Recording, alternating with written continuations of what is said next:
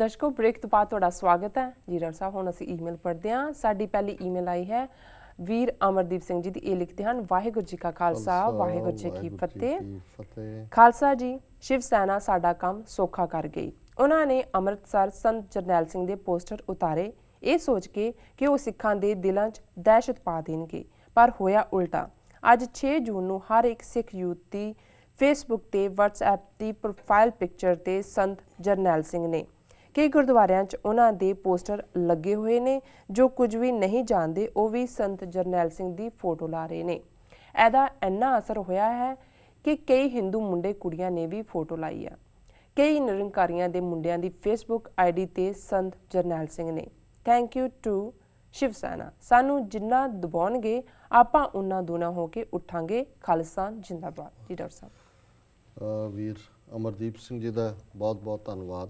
ਉਹਨਾਂ ਨੇ ਲਿਖਿਆ ਈਮੇਲ ਉਹਨਾਂ ਦੀ ਪਹਿਲਾਂ ਆਈ ਹੋਈ ਹੈ ਜੀ, ਕਿਉਂਕਿ 6 ਜੂਨ ਅਜੇ ਨਹੀਂ ਸੀ ਵਾਪਰਿਆ, ਸੋ ਉਹਨਾਂ ਨੂੰ ਇੰਡੀਅਨ ਏਜੰਸੀਜ਼ ਦੇ ਹੱਥ ਕਿੰਨੇ ਲੰਬੇ ਨੇ ਔਰ ਉਹ ਕਿਸ ਹੱਦ ਤੱਕ ਜਾ ਕੇ ਜਿਹੜਾ ਉਹ ਇਹ ਸਮਝਦੇ ਸੀ ਕਿ ਭਾਈ ਫੋਟੋਆਂ ਸ਼ਿਵ ਸੈਨਾ ਵਾਲਾ ਹਥਿਆਰ ਚੱਲਿਆ ਨਹੀਂ, ਪਰ ਉਹਨਾਂ ਨੇ ਐਸਾ ਖਤਰਨਾਕ ਹਥਿਆਰ ਵਰਤਿਆ ਹੈ ਜਿਹਦੀ ਪੀੜ ਜਿਹੜੀ ਆਉਣ ਵਾਲੇ ਕਈ ਸਾਲ ਸਾਨੂੰ ਸਤਾਉਂਦੀ ਰਹੇਗੀ, ਜੋ ਕੁਛ 6 ਜੂਨ ਨੂੰ ਹੋਇਆ ਜੀ। ਔਰ ਅੱਜ ਹੀ ਇੱਕ ਨਿਊਜ਼ਪੇਪਰ ਐਡੀਟਰ ਨਾਲ ਮੇਰੀ ਡਿਸਕਸ਼ਨ ਦੁਪਹਿਰੇ ਹੋ ਰਹੀ ਸੀ। ਉਹਨਾਂ ਨੇ ਮੈਨੂੰ ਕਾਲ ਕੀਤਾ ਕੈਨੇਡਾ ਤੋਂ। ਉਹਨਾਂ ਨੇ ਪੁੱਛਿਆ ਕਿ ਵੀ ਇਹ ਸਭ ਕੀ ਹੈ, ਤੁਸੀਂ ਕਿਵੇਂ ਦੇਖਦੇ ਹੋ ਇਸ ਸਾਰੇ ਨੂੰ ਜੀ।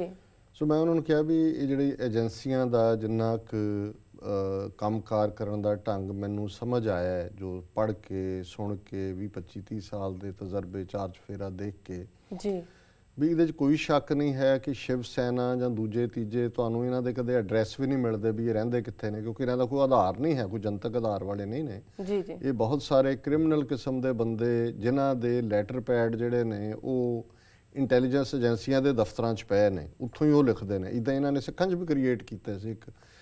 ਇੱਕ ਸੇਵਾਦਾਸ, ਮਹੰਤ ਸੇਵਾਦਾਸ ਫੇਰੂਮਾਨ ਦਲ ਕ੍ਰੀਏਟ ਕੀਤਾ ਹੁੰਦਾ ਸੀ, ਉਹਦਾ ਬਿਆਨ ਹੁੰਦਾ ਸੀ, ਜਾਂ ਕਦੇ ਇੱਕ ਦਸ਼ਮੇਸ਼ ਰੈਜੀਮੈਂਟ ਨਾਂ ਦੇ ਥੱਲੇ ਬਿਆਨ ਹੁੰਦੇ ਸੀ, ਜਾਂ ਕੋਈ ਹੋਰ।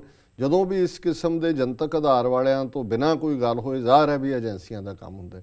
ਸੋ ਉਹਨਾਂ ਨੇ ਉਹ ਇਹ ਸਮਝਦੇ ਸੀ ਕਿ ਦੁਨੀਆ ਭਰ ਦੇ ਵਿੱਚ ਐਤਕੀ 30ਵੀਂ ਘੱਲੂਘਾਰਾ ਯਾਦ ਦੇ ਮੌਕੇ ਬਹੁਤ ਕੁਝ ਹੋ ਰਿਹਾ ਜੀ। ਸਿੱਖਾਂ ਦੇ ਵਿੱਚ ਇੱਕ ਬੜੀ ਅਵੇਅਰਨੈਸ ਹੈ ਔਰ ਅਕਾਲ ਤਖਤ ਸਾਹਿਬ ਤੇ ਵੀ ਬਹੁਤ ਵੱਡਾ ਇਕੱਠ ਹੋਣ ਜਾ ਰਿਹਾ ਔਰ ਇਹਦੇ 'ਚ ਕੋਈ ਸ਼ੱਕ ਨਹੀਂ ਹੋਇਆ ਵੀ। ਹੁਣ ਉਹ ਉਹਨੂੰ ਸੈਬੋਟਾਜ ਕਰਨਾ ਚਾਹੁੰਦੇ ਸੀ ਤੇ ਦੁਨੀਆ 'ਚ ਜੋ ਕੁਝ ਵਾਪਰ ਰਿਹਾ ਹੈ ਉਹਨੂੰ ਉਹ ਕਿਸੇ ਹੋਰ ਨੈਗੇਟਿਵ ਸੈਂਸ ਦੇ ਵਿੱਚ ਦੇਣਾ ਚਾਹੁੰਦੇ ਸੀ। ਸੋ ਪਹਿਲਾਂ ਉਹਨਾਂ ਨੇ ਤੀਰ ਕੱਢਿਆ ਸ਼ਿਵ ਸੈਨਾ ਦੇ ਨਾਂ ਥੱਲੇ ਵੀ ਇੰਨਾ ਕੁ ਰੌਲਾ ਪਾ ਦਿਓ ਕਿ ਸਿੱਖ ਭੜਕ ਪੈਣਗੇ, ਭੜਕ ਕੇ ਬਿਆਨਬਾਜ਼ੀਆਂ ਕਰਨਗੇ, ਕੋਈ ਕਿਸੇ ਥਾਂ ਤੇ ਕੋਈ ਰਾਈਟਿੰਗ ਕਰਾ ਦਿਓ, ਨਹੀਂ ਵੀ ਹੁੰਦੀ ਰਾਈਟਿੰਗ, ਪੰਜਾਬ ਗੌਰਮੈਂਟ 'ਤੇ ਇੰਨਾ ਕੁ ਪ੍ਰੈਸ਼ਰ ਬਿਲਟ ਹੋ ਜਾਏ, ਉਹ ਕਹੇ ਜੀ ਨਹੀਂ ਅਸੀਂ ਇਹ ਮਾਰਚ ਨਹੀਂ ਹੋਣ ਦੇਣਾ ਜਿਹੜਾ ਇੱਕ ਦਿਨ ਪਹਿਲਾਂ ਹੋਇਆ, ਜਾਂ ਉੱਥੇ ਜਥੇਦਾਰ ਨੇ ਕਹਿ ਹੀ ਦਿੱਤਾ ਸੀ ਜੀ ਧਾਰਮਿਕ ਰੱਖੋ। ਇਹ ਵੀ ਹੋ ਸਕਦਾ ਸੀ ਜਥੇਦਾਰ ਕਹੇ ਜੀ ਸਿਰਫ ਅਖੰਡ ਪਾਠ ਦਾ ਭੋਗ ਪਏਗਾ, ਉੱਥੇ ਹੋਰ ਕੁਛ ਨਹੀਂ ਹੋਏਗਾ।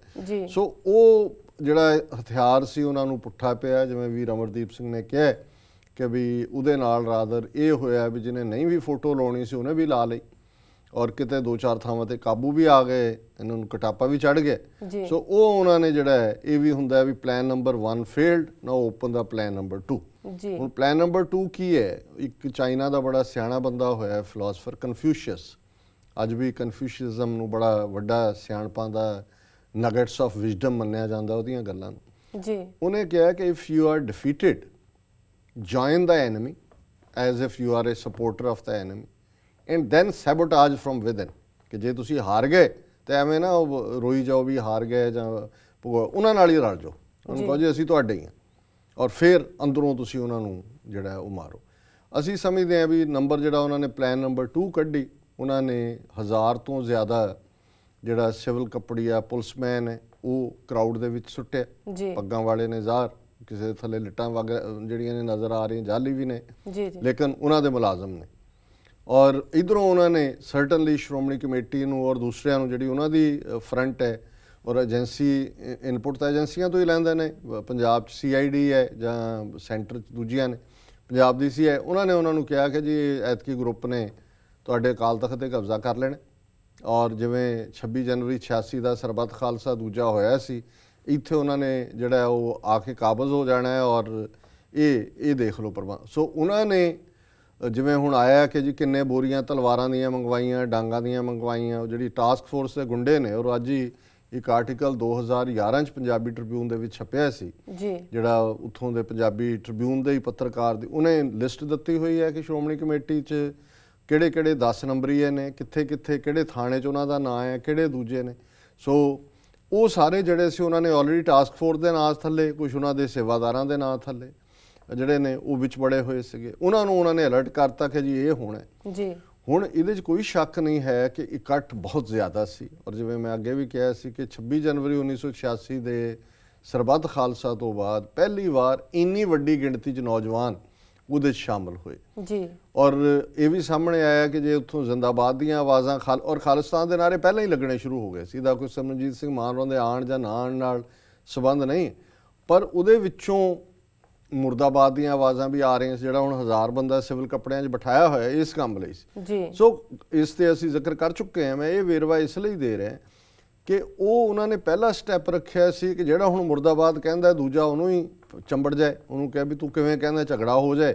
ਉਹਨਾਂ ਨੇ ਆਪਣੇ ਜਿਹੜੇ ਨੇ ਸ਼ਰਾਰਤ ਕਰਨੀ ਸੀ। ਸੋ ਉਹ ਸ਼ਰਾਰਤ ਦਾ ਕਾਰਨ ਮਾਈਕ ਬਣ ਗਿਆ ਕਿ ਜੀ ਮਾਈਕ ਦਿੱਤਾ ਨਹੀਂ ਦਿੱਤਾ, ਪੌੜੀਆਂ ਤੇ ਚੜ੍ਹ ਗਏ, ਥੱਲੇ ਉਤਰ ਗਏ। ਪਰ ਇਹਦੇ 'ਚ ਕੋਈ ਸ਼ੱਕ ਨਹੀਂ ਹੈ ਕਿ ਅਲਟੀਮੇਟਲੀ ਜਿਹਨੂੰ ਕਹਿੰਦੇ ਨੇ ਕਿ ਏਜੰਸੀਜ਼ ਕੈਰੀਡ ਦਾ ਡੇ, ਉਹ ਜੇਤੂ ਰਹੇ ਨੇ। ਅਸੀਂ ਮੂੰਹ ਦੀ ਖਾਧੀ ਨਾ, ਅਸੀਂ ਭਾਂਪ ਸਕੇ ਵੀ ਕੀ ਹੈ।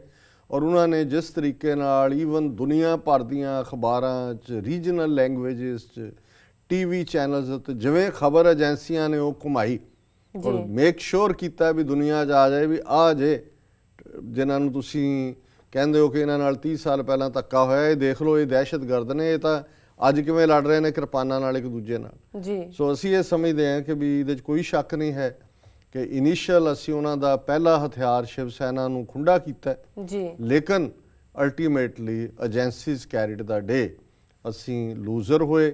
ਅਸੀਂ ਉਸ ਸਾਰੀ ਗੇਮ ਨੂੰ ਜਿਹੜਾ ਉਹ ਨਹੀਂ ਸਮਝ ਸਕੇ, ਭਾਵੁਕਤਾ ਦਾ ਸ਼ਿਕਾਰ ਹੋਏ। ਗੱਲ ਸਾਨੂੰ ਖਦਸ਼ਾ ਸੀ ਵੀ ਕੁਛ ਨਾ ਕੁਛ ਜਿਹੜਾ ਹੋਏਗਾ ਉਹ ਬਲੌਕ ਨਹੀਂ ਕਰ ਸਕੇ, ਉਹਨੂੰ ਪ੍ਰੋਗਰਾਮ ਕੈਂਸਲ ਨਹੀਂ ਕਰਵਾ ਸਕੇ, ਪਰ ਵਿੱਚ ਵੜ ਕੇ ਜਿਹੜਾ ਉਹਨਾਂ ਨੇ ਨੁਕਸਾਨ ਕੀਤਾ ਹੈ ਇਹਦੇ ਰੈਮੀਫਿਕੇਸ਼ਨਸ ਅੱਗੋਂ ਇਹ ਹੋਣਗੀਆਂ ਕਿ ਅਗਲੇ ਸਾਲਾਂ 'ਚ ਕਹਿਣਗੇ ਜੇ ਪਾਠ ਦਾ ਭੋਗ ਪਾਉਣਾ। ਹੁਣ ਜਥੇਦਾਰ ਕਹਿ ਰਿਹਾ ਜੀ ਮੈਂ ਧਾਰਮਿਕ ਸਜ਼ਾ ਦੇਣੀ ਹੈ ਜਿਨ੍ਹਾਂ ਨੇ ਕੀਤਾ।